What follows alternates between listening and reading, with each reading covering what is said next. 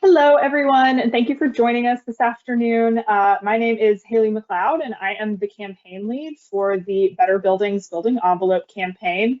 And we're here just to give a little update on what's been going on in the first few months of the campaign. So I am joined by our technical lead, Dr. Simon Pallin, and graciously by one of our participants, Christy Ennis of Boulder Associates, who is going to chime in on the participants' perspective of this campaign a little later in our presentation. Next slide. So we are going to start out with a quick video that we have put together to give a couple more people time to join the call, and also to give you, if you're new, an introduction to the campaign, and if you aren't, just a reminder of what we're all about.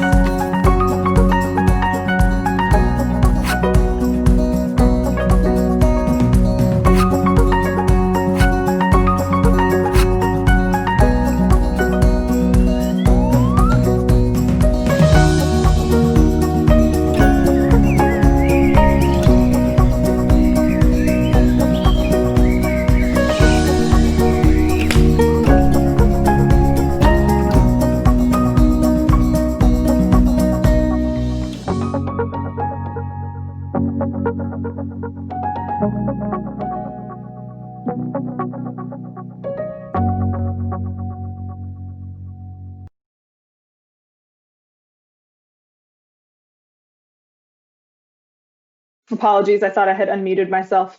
So now that you guys have seen a little bit about us, if you would like to go on to the next slide, that will prompt a poll, and we just want to get a little bit of information about who we are talking to today. So a poll should open up in your GoToWebinar. There we go. And yeah, we just want to know what type of organization you represent. So are you at an architecture and engineering firm? Are you a building owner manager? Are you a manufacturer or an industry? Are you a researcher or an academic? And then we know that I feel like other always ends up being the most popular category, because that covers everybody else, including government employees, if you aren't a building owner or manager. And I know that we do have quite a few of you here at Better Buildings. So give that poll another few minutes to run.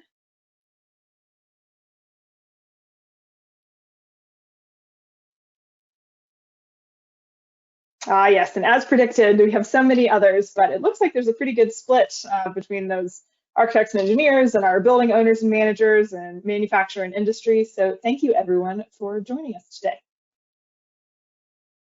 And next slide. Okay, so I am going to give just a quick reintroduction to the Building Envelope campaign before I hand it off to Dr. Pallin and Christy Ennis. So just a quick reminder that there are 7 Better Buildings Alliance tech teams. We are a part of the Building Envelope tech team, and we are at Oak Ridge National Lab outside of Knoxville, Tennessee. Next slide.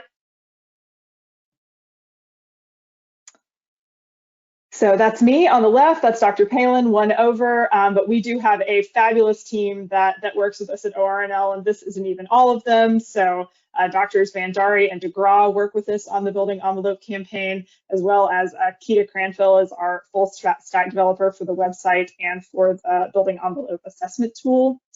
And so, what the ETRT does is just to connect Better Buildings partners with advanced building envelope technology solutions. And so those solutions take, all forms. That's technology verification studies and spec documents and case studies and fact sheets.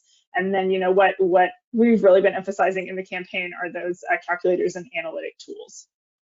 You saw the statistic in our introductory video as well, but envelope technologies do account for approximately 30% of the primary energy consumed in commercial buildings. And that is why the envelope campaign is so important, is there is so much energy to be saved when you take the building envelope into consideration. Next slide. So we set these three primary goals for the building envelope campaign. The first was to motivate action and increase awareness of the value of investing in high performance building envelope technologies. And this is a keynote for both new and existing commercial buildings. So the building envelope campaign is valuable for both new construction and retrofit projects. We want to recognize leaders who adopt and achieve high performing building envelope systems. And we want to demonstrate and document energy and cost savings with integrated design, construction, commissioning, and maintenance from implementation of those high-performing envelope systems. Next slide. So those are some pretty lofty goals. So I wanted to cover how we think we are going to achieve these goals. Well, we definitely can't do it without broad industry engagement. So we have two main categories for the campaign. We have supporters and we have participants. So supporters are going to be those of you, maybe manufacturers, that kind of thing, who are interested in and have the technical expertise regarding building envelope technologies, who want to partner with us to spread word about the campaign, who think the building envelope is important and who have a vested interest in the success of the campaign. And can gain recognition through the Building Envelope Campaign website. We will list our supporters on there.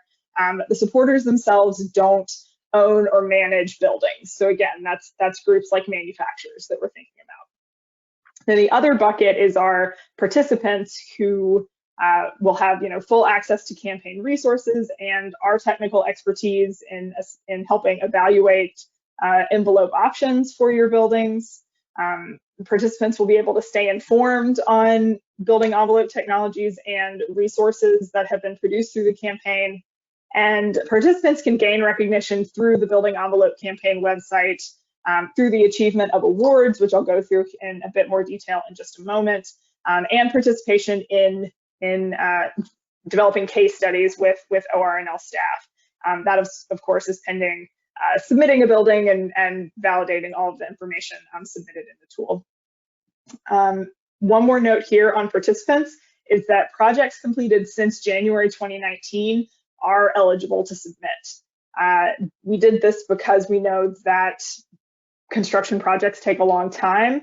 And we aren't necessarily trying to take credit for projects that existed before the campaign, but if you achieved a building like this prior to the campaign, we're still really interested in recognizing that effort and in saying thank you for designing such a great building. So these participants are the building owners and managers that actually have buildings to enter into that building envelope assessment tool. And I say building owners or managers, but that covers all manner of folks that could be contracted directly by the building owners or managers. So consultants and that kind of thing. If you have the owner's approval to enter a building in this building envelope assessment tool, that's totally fine. Next slide. So here are those recognition categories that I mentioned. So like I said, the building envelope campaign is open to both new construction and retrofit buildings. So for the retrofit, we have two recognition tiers. We have 30% and 50% improvement. And that improvement is a comparison in the building envelope assessment tool between the existing building and the retrofit building. Next slide. Then for new construction, it's a 20% or a 40% improvement. You'll notice that those numbers are a little bit lower than they were for the retrofit. And that's because the comparison here is between the relevant code for your building and the as constructed building. Next slide. And then we also have two broader categories. we have role models and honorable mentions. So role models will be an additional level of recognition that's available to buildings who have hit one of those recognition tiers, that Retro 3050, Novel 2040, but also has done something else, has implemented, a crazy new technology, or has done something, really above and beyond that we want to recognize as a role model within the industry. The honorable mentions category, we left open for those buildings that may not meet a campaign recognition tier, but still make a noteworthy impact on the campaign. So, for example, substantial square footage may apply for an honorable mention. And this is, this is important to note, because even if you have a building that has not met one of those tiers, but is really close, or you think is an unusual situation, we do encourage you to still reach out and discuss that building with us. And we do encourage you to go ahead and submit that building to us. In our review, we may be able to see something a little bit differently, to make an adjustment in your entry, to either get you one of over those tiers, or to determine that you are eligible for an honorable mention. So, don't lose heart if your building is right below one of those recognition tiers. Next slide. And I wanted to just go ahead and say thank you to our 34 registered participants so far. And actually, I got an email this morning. We may be up to 35 or 36 now. There aren't that many on the slide. You do have the option to be listed on our website and in our webinars and stuff, or to not list, to not be listed at this time if you don't want to. So that's why there aren't 34 participants here. And we understand that, particularly, larger companies that have to run things at the flagpole before they're listed. So you do have the option to be an anonymous participant if you so choose. So, but yeah, 34 registered participants so far that have committed over 200 buildings and over 17 million square feet to the campaign. So those are really exciting metrics for just a few months into the campaign. Next slide.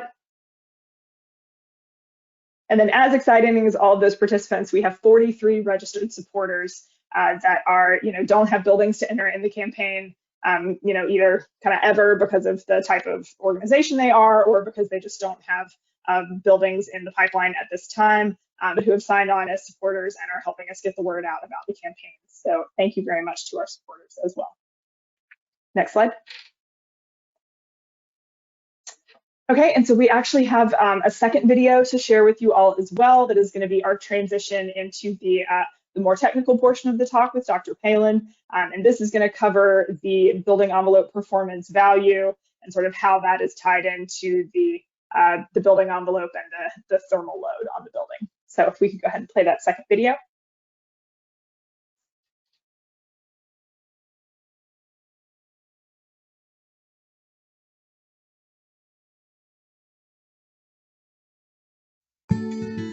A building's envelope is the thermal barrier between a comfortable indoor environment and the outdoor climate.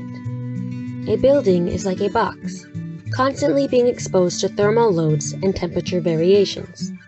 The HVAC system compensates for these thermal loads by maintaining a comfortable indoor temperature. Air leakage may cause increased energy demand because conditioned air is then lost and replaced with outdoor air. Insulation increases the resistance for heat transfer, reducing the thermal load or loss in HVAC system energy demand. It's difficult to determine the overall thermal performance of a building without accounting for outdoor climate conditions. In warm climates, lowering the solar loads on building surfaces is usually more important than in cold climates. In cold climates, the very same solar loads can help reduce the heating demand. In coastal climates with higher wind loads, having an airtight building is typically more important than in inland climates. The building envelope performance metric was developed to quantify these complex relationships. This metric provides a building envelope performance value, or BEP value, that evaluates the building envelope performance and accounts for all indoor and outdoor thermal loads. The value can be used to compare building performance before and after a retrofit of an existing building, contrast performance between multiple buildings, and help make design decisions. By calculating the BEP value, building owners and operators can holistically view their building envelope performance and identify opportunities for energy savings. Check your BEP value now by registering your organization at ec.ornell.co.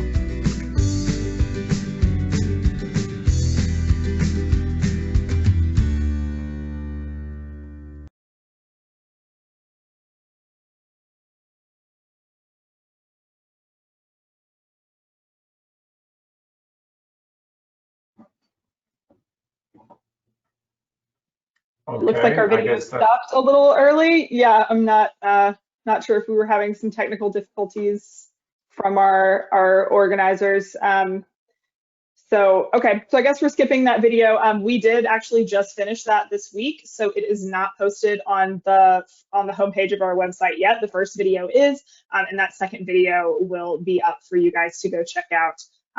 Yeah, definitely by the end of this week. So. Thanks very much, and I will go ahead and send it over to Dr. Pallin. Like I said, he is the technical lead for the campaign, and we are having a Q&A session at the end, so if you guys had any questions for me, go ahead and drop them in that chat box, and I will answer them at the end of the webinar. Take it away, Simon. Thank you, Hayley, and thank you everyone for attending the webinar. So I will just briefly sort of go through the inputs of the campaign tool, the tool we use to assess the overall building performance, overall thermal building envelope performance, and which is what this BP value is about, the video that you just watched. So I will we have, even if you visit the website, you will you see a longer video that goes into detail of each of the element and of the inputs that we ask for. And I will just, like I said, briefly go through these inputs and talk about a few places where you may, I wouldn't say get stuck, but where you may end up asking yourself what information you're supposed to add. So the input of for the campaign tool is categorized as we see here, where the first category is more the building description, you name it what you want, and because your building will be saved and you will be able to retrieve pick up where you left, or go back to the building and look at the result again, or whatever. But so you can you can name your building, and maybe you're working on several buildings, and you want to name this building A or something. So that's the advanced place.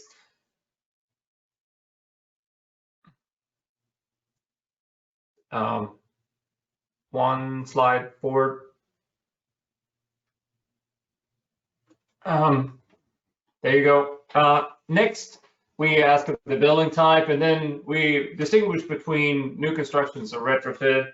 And for the retrofit, obviously, it helps us to know when the building was constructed, because when we look at a retrofit, you're going to have like a base case and what your retrofit will look like, and we need to sort of understand what insulation levels and materials we may expect in your building, because not always you're able to figure out what how much insulation do I have inside my walls and what kind of insulation and so forth. So that will help us based on statistics to figure that out. Next, please. And climate. I mean, pretty straightforward. This is using the climate zones from 1 to 8, and maybe it's maybe you don't know in which climate zone your building is located, but then you can use the map and sort of figure out where your building's at. But when you select the climate zone first, and then you pick in which state the building is located. That's sort of the precision where the tool is able to provide. And how we also need to know what the built environment look like surrounding the building. That will help us understand how exposed it is to outdoor conditions. Next.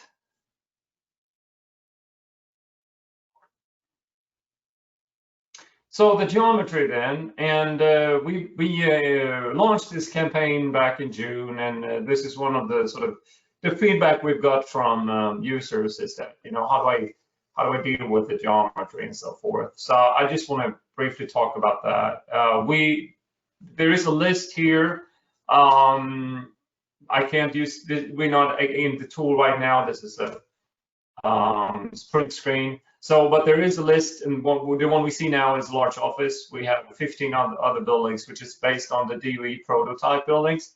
So you can choose one that you think fits best your building, and then you provide obviously the values you see here is not going to be represent your building, but you need to change those into what the condition, floor area, height, number of floors, and surface areas of opaque, envelope, and windows, and so forth.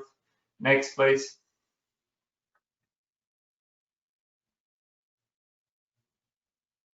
So the question is, how do you deal with complex geometries or geometries that you don't so you don't find one of the prototype buildings that you think fits good enough, and maybe it has shapes and you don't really know how to deal with that. So with that in mind, you need to understand that this is a simplified tool. And let's advance to the next slide, and I'll discuss a little bit how that can be done. And I can get another click as well, so it's better to illustrate. So obviously this building is not sort of a typical shape, and then how do you deal with those surfaces? These surfaces even have an angle, and it's then you have to sort of we have to identify those that are most due south or due west, and in here these are highlighted that the surfaces that face the south, and then you summarize all those surfaces, and that will be your total surface, wall surface area and window surface area for the south facade. And next one.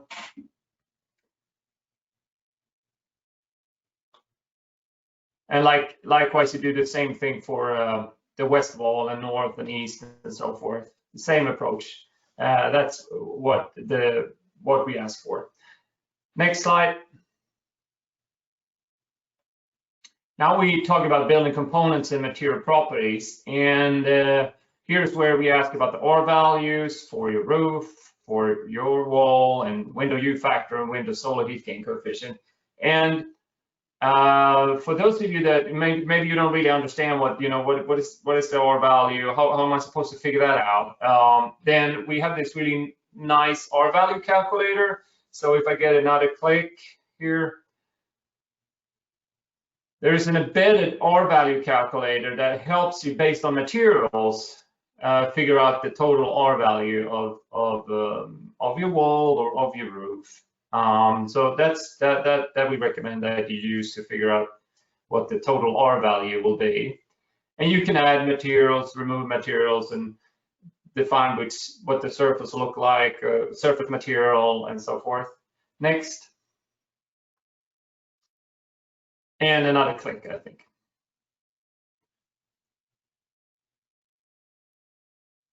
There you go. So then we end up with how do we deal with a situation like this, where you obviously have, in this case, two different wall assembly, those wall systems, right?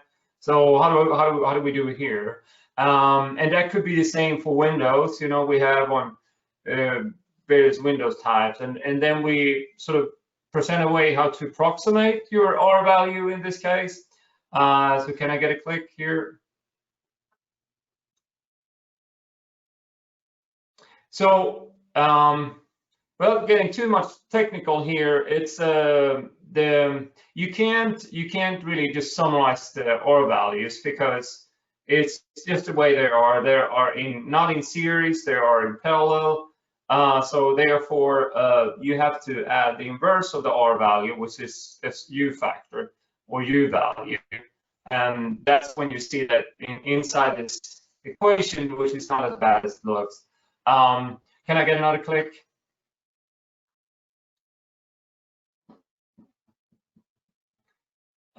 You see here that A1 could represent the facade that we're looking at, that the one that's highlighted, and the R value is that the R value of that whole system as well. Then you take the portion of that area and divide that over the total area, and then multiply with this U factor in this case, because we take the inverse of 1 over R1. Yeah, and then you do the same thing. If I get another click, and then you do the same thing for wall number 2 or wall system number 2. And then you, if you have 2, then that completes the parentheses. If you have more, then you just keep adding. And that A1 over A total is sort of the ratio. So of that, the R value of the wall in consideration over the whole total surface area. So that's one way of sort of approximate what the R value would be. And same thing, same approach you can take for window U factor and solar heat gain coefficient, that you sort of weigh them compared to all the windows and all the window area. Next.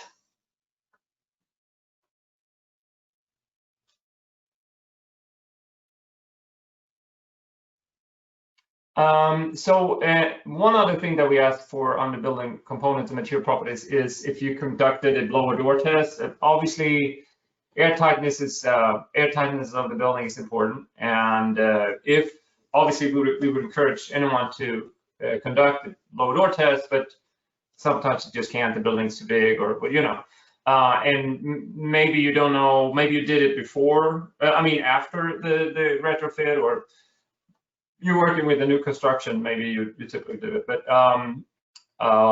yes, there could be reasons for why you don't know what the building air tightness value is. So we have a default building air tightness value, and can I get a click?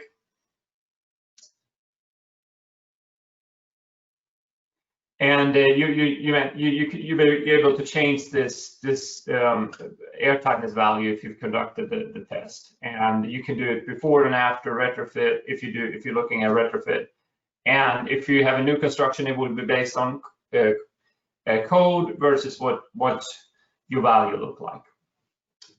Next. And even if you haven't conducted a blower door test, you can get some credits if you have, you feel that you've done something to the envelope to make it tighter. You know, if let's say you replaced a lot of windows, it's very likely that your building will be much tighter, more airtight.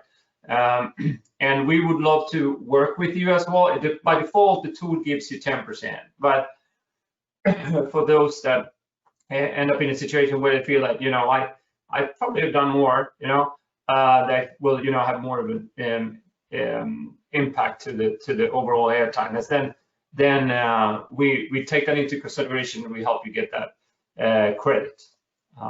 Next one. We assume there, and this is just, we need to estimate the performance, the overall thermal performance of the building envelope. We really don't take into account equipment efficiency, the usage of the building and so forth, but we do need to know the indoor temperature, because that's sort of really relevant of what the thermal performance will look like for your building. So we ask you to go use the advanced options. These are by default set to what is typical for the prototype building you've chosen, but you can change them as to whatever you fits your building here. Next. And if it's, I'm just walking through all the different categories here and everything sits on one page, and you just sort of scroll down and select. Then obviously we need to ask for you know, that you review the security and privacy notice, and that you're aware that the information collected over the course of the campaign will be accessible only to the campaign team, and will not be published if you have not been agreed on us using the data and information. So next. And this is just basically just showing you the raw result page, how it looks like. You have, this was a retrofit case. We improved the R values a little bit here of the, the wall and the roof.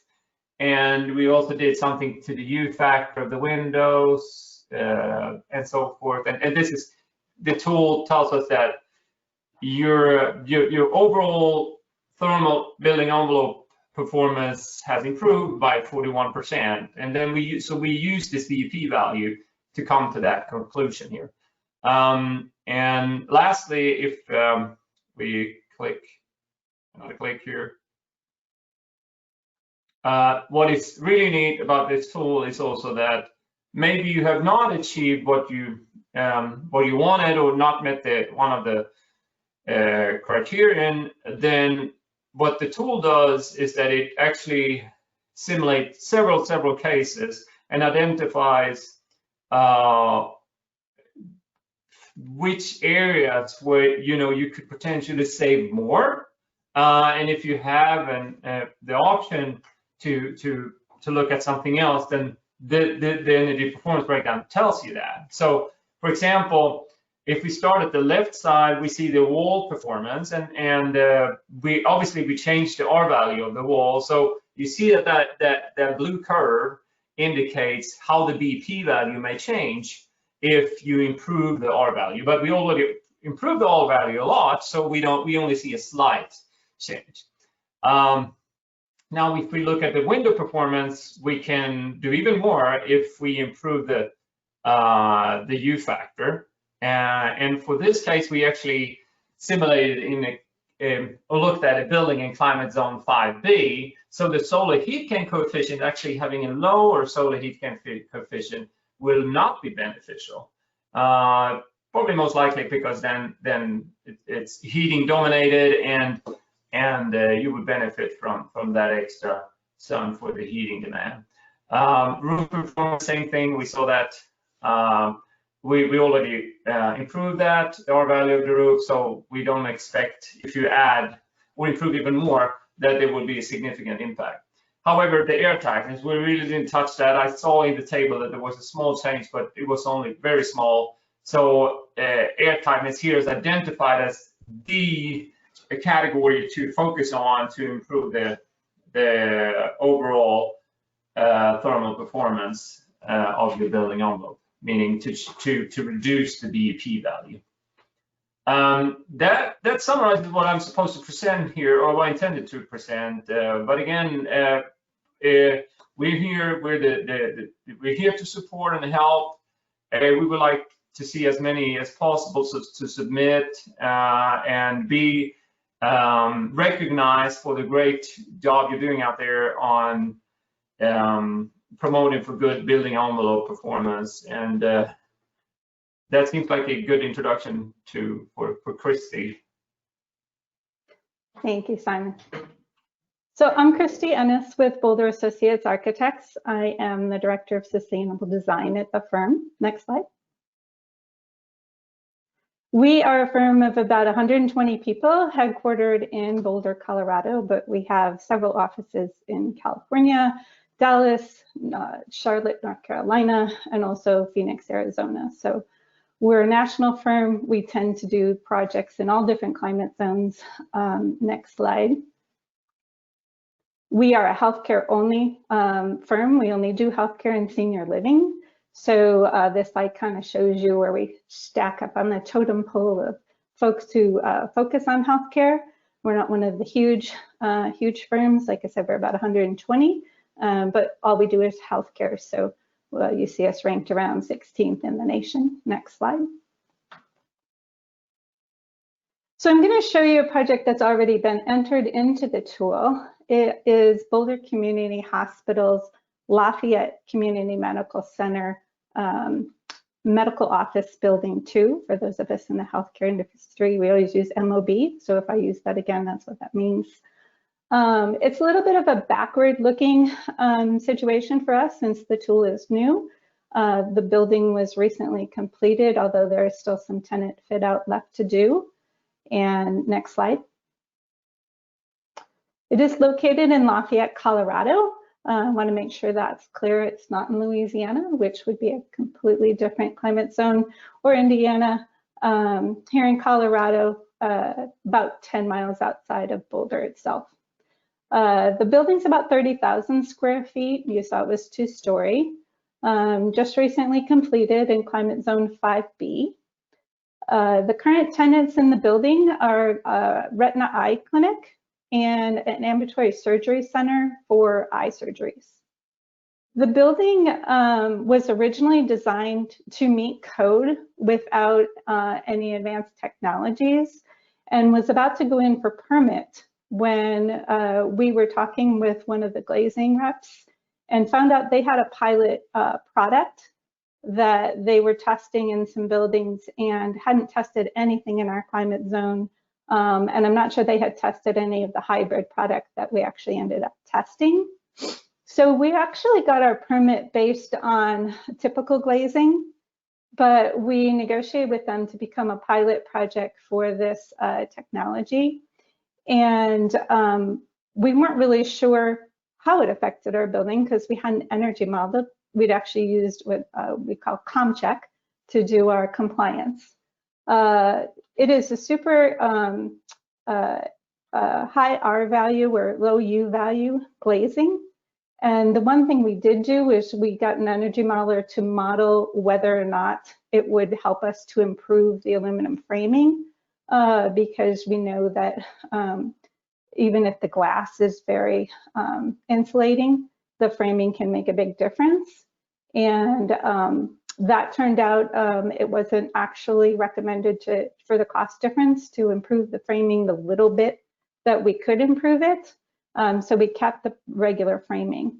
So we didn't actually know where we ended up with this building. Next slide, please. So the product we used is called the hybrid vacuum insulated glass. In this section, you'll see the two pieces of glass on the right are very close together. That's the vacuum insulated glass component. And those pieces of glass have nothing in between them. So there's actually just a vacuum. So they're held apart from basically imploding by just little tiny spacers, which when you see the glass, you actually don't really see them. They're in sort of a grid, maybe 3x3 or 4x4 grid. And then you see the regular spacer that you'll see in an insulated glass panel, and then just a regular piece of glass on the outside. So it's kind of constructed like an insulated glass piece, only the inside component is vacuum insulated glass, so it has an extra pane of glass. So the low-E coating can go in the vacuum insulated glass component, or it can also be added to the extra piece of glass on the outside. So you'll see the orange lines there. We have low-E on both surfaces on some of our glass and one surface on some of our glass. And this was by facade. Since this is a healthcare project, healthcare tends to be energy hot. We're very interested in how we can save energy. And they tend to be internally load dominated. So even though we're in Colorado, we don't necessarily want a bunch of solar heat gain. So the facades that face the sun, most of the east, west, and south facade have two low-E coatings. The north facade and some of the glass under overhangs and whatnot only have one to manage that. So we actually had two different kinds of vacuum insulated glass on the building. Next slide. The glass arrives just like any other glass in a big crate. We didn't have any shipping issues or anything. We took a look at it, and if you see the picture on the right and you're familiar with how glass arrives, there are things called breather tubes, which allow the glass to come to our altitude here without exploding. Those are in the airspace in between the exterior painted glass and the vacuum piece. There doesn't need to be anything on the vacuum insulated piece because there's nothing in between the panes of glass. Next slide, please. And it's installed in the same way. So this is the actual installation of the glass happening on the left. On the right is the completed photo. And I wanted to show that to you because even if I showed you a close-up, you wouldn't be able to see the spacers in the glass unless you were looking for it. Each painted glass also has a port where they evacuate the cavity. It's maybe the size of a dime and it has a little black cap on it. And you will notice those if you're looking for them. But as you can see, they're not prominent in any way. Next slide, please. So this is our actual submittal. And the thing that we faced the most questions about, of course, was how do we enter the vacuum insulated glass? When we get information on glass, we usually get just the information on the glass. So it's called the center of glass information. And the U value for the center of glass and the solar heat gain coefficient for the center of glass is useful information in selecting glass. But when you're trying to find out the U factor and the solar heat gain coefficient of a window assembly, you have to combine it with that aluminum framing that I was telling you about. So the aluminum framing subcontractors, they actually have programs that have their framing information entered. You can pick pretty much any glass on the market and put it in there and get the U value and the solar heat gain coefficient for the entire window assembly and not just the glass. However, we couldn't get that because those people did not have our glass in their system. It's a pilot product and they can't just make up a glass and enter it in there. So they were completely unable to tell us what the U factor or the solar heat gain coefficient was for the window assembly called the NFRC rating. So we contacted Hayley and she put us in touch with Dr. Bandari, who was able at Oak Ridge National Lab to take the information that we had and calculate a U factor and a solar heat gain coefficient that we could utilize. And then Simon was talking about what if you have two different things? Well, we did. We had two different kinds of glass. And luckily ours was pretty simple because it was almost 50-50, almost exactly, of what kind of glass we had. So the U factor and the solar heat gain coefficient are the average of our two different kinds of glass. And that's what we put in the calculator. The center of glass, I'm going to switch to R value because a lot of people are more familiar with R value. The center of glass R value for this glass is 14 to 15, R 14 to 15, where a regular piece of insulated glass might be R4. So it's really a substantial difference. The NFRC rating, however, is like an R value of 6 to 8. So the framing did make a huge difference. The problem today is that there is not a lot of framing to choose from that's going to be a lot better. And as I said, we simulated what adding ultra-thermal aluminum framing might do for us, and it didn't really help very much at all compared to if we had something like a fiberglass framing or something else available to us. So we were, next slide, please. Sorry, we were able to put this in the system and similar to the project Simon was showing, it showed that air tightness would be the place that we could have improved the building. If we'd had this tool back then, we could have used it and we would have been able to maybe look at that. So I appreciate the information that this slide gives us. Next slide, please. So we actually submitted last Friday. And this is what happens when you actually hit the button. Nothing else has happened yet. So we'll be finding out, you know, what the verification process is, etc. But next slide.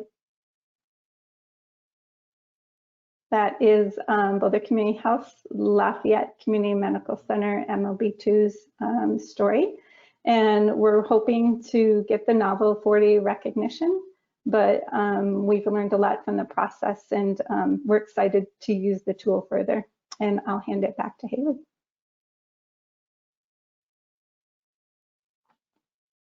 Thank you very much, Christy. What actually happens when you submit a building is that an email gets sent to me. I, however, was out Friday and Monday getting rained on trying to camp as Hurricane Delta moved through East Tennessee. So you will be hearing from me soon.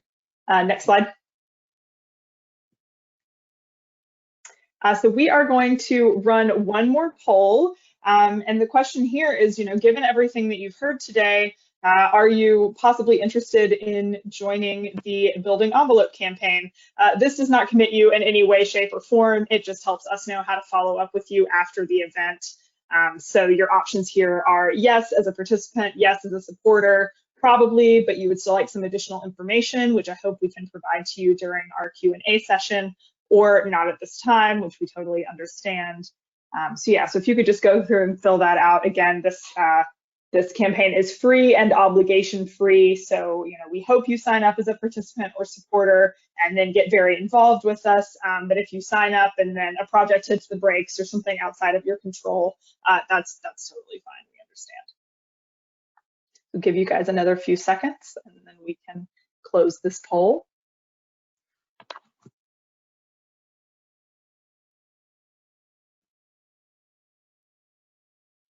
All right, I love that. And yeah, I see 33% of you say you would like additional information. So we're here and available to answer your questions. I'm starting to see a couple few come in. If you could go on to the next slide. I would definitely be remiss to move ahead without taking a moment to say thank you to our great organizers, AIA, IFMA, and IBEC, that have been on board with us, helping us with the campaign, helping get the word out about the campaign, and providing just absolutely invaluable feedback to us. So thank you so much to our three organizers. And then next, and I believe last slide. Yes, and so thank you to all of you for attending today.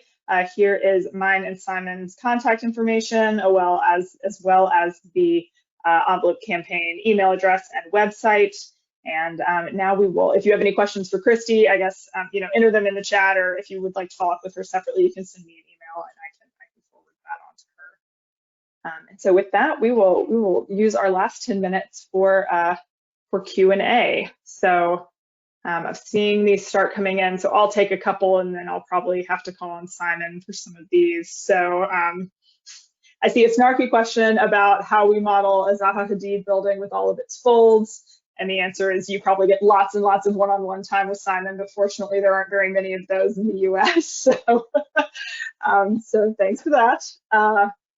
Next question was, are building owners hiring A&E firms to obtain this award? I certainly wouldn't think you would need to hire an A&E firm separately to get this award. We really tried to make it user-friendly and simple. So if you're already working with an A&E firm, they should certainly have all of the required information available to them for easy access. But if you're a building owner manager, maybe dealing with a small retrofit or something on your own, you too should be able to find all of the information that you need. I think this is a Simon question, so I'm going to call on him. When doing a retrofit, is it best to just look at old drawings to know what the original materials are of the building, or are there other recommended methods? So take it away, Simon. I mean, if you have old drawings available, that's great. I mean, there are obviously ways that you can sort of sneak behind or try to figure out what's behind your wall. For example, if you remove the cover from a receptacle, sometimes you can see what kind of insulation materials inside, or if you have a vapor retarder, maybe you can access the attic and see what kind of insulation and what the construction looked like. Or the roof system. Yeah, so and we would, if you struggle with something, we'd love to help, and we can just chat about how you can figure out what materials is used.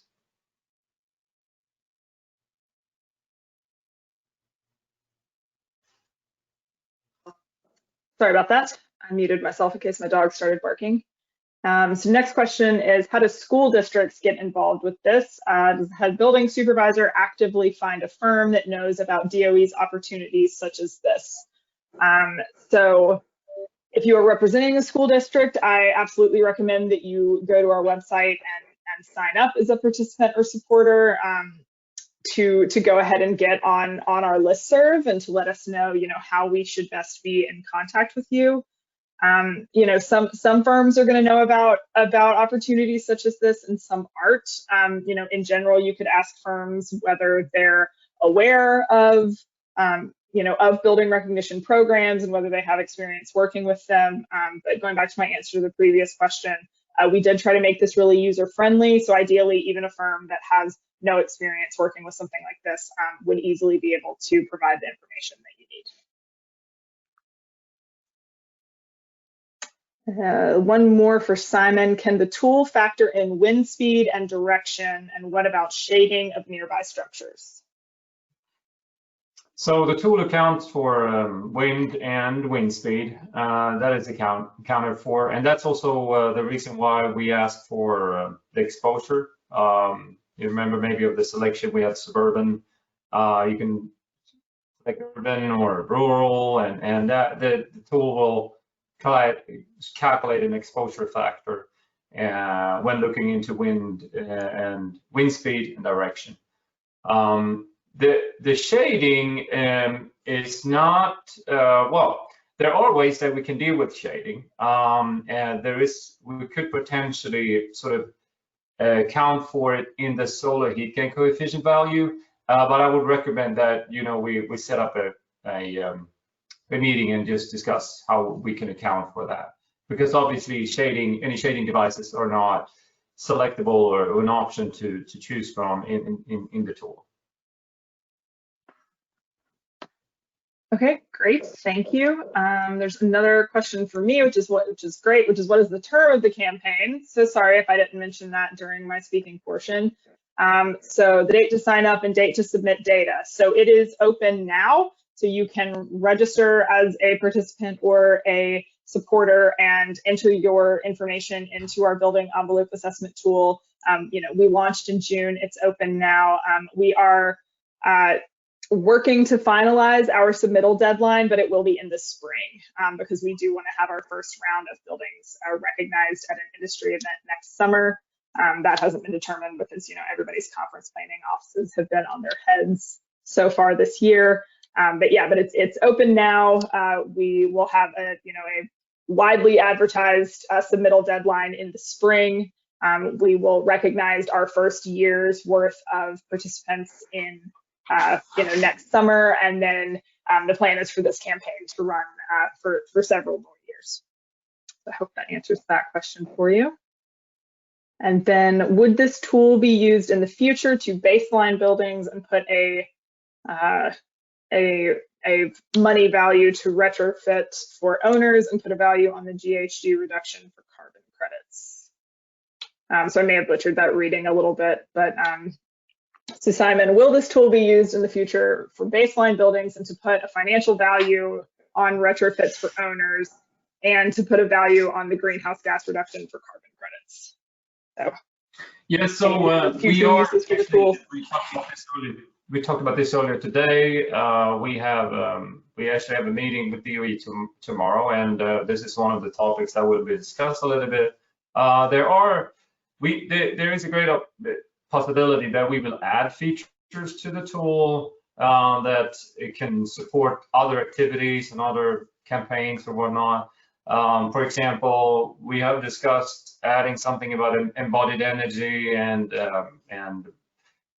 sort of CO2 and all that kind of things as well. It's not, nothing has been decided, but what I'm saying is that there could be features to the tool that will be added later on. And if right now the tool is only given to or accessible to those joining the campaign, either as a supporter or a participant. But we do think and believe that this wants to, either when the campaign has been running for a while, or if DOE requests, or it will be open to the public at some sort.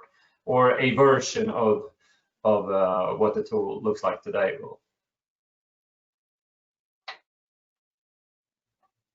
Sounds good. Thank you, Simon. I think I've answered all of our questions that have come in. As a reminder, a recording of this will be made available. You know, everyone who registered will get a notification when that recording is live. You know, this is all of our contact information. I hope to see several of your names come through my inbox here soon. We've got a couple of thank yous, so you're very welcome. We love talking about the campaign. And I guess that's it. Thank you, Christy, so much for joining us and providing us with the participants' perspective.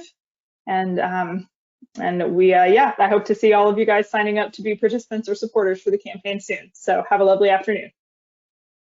Thank you. Thank you.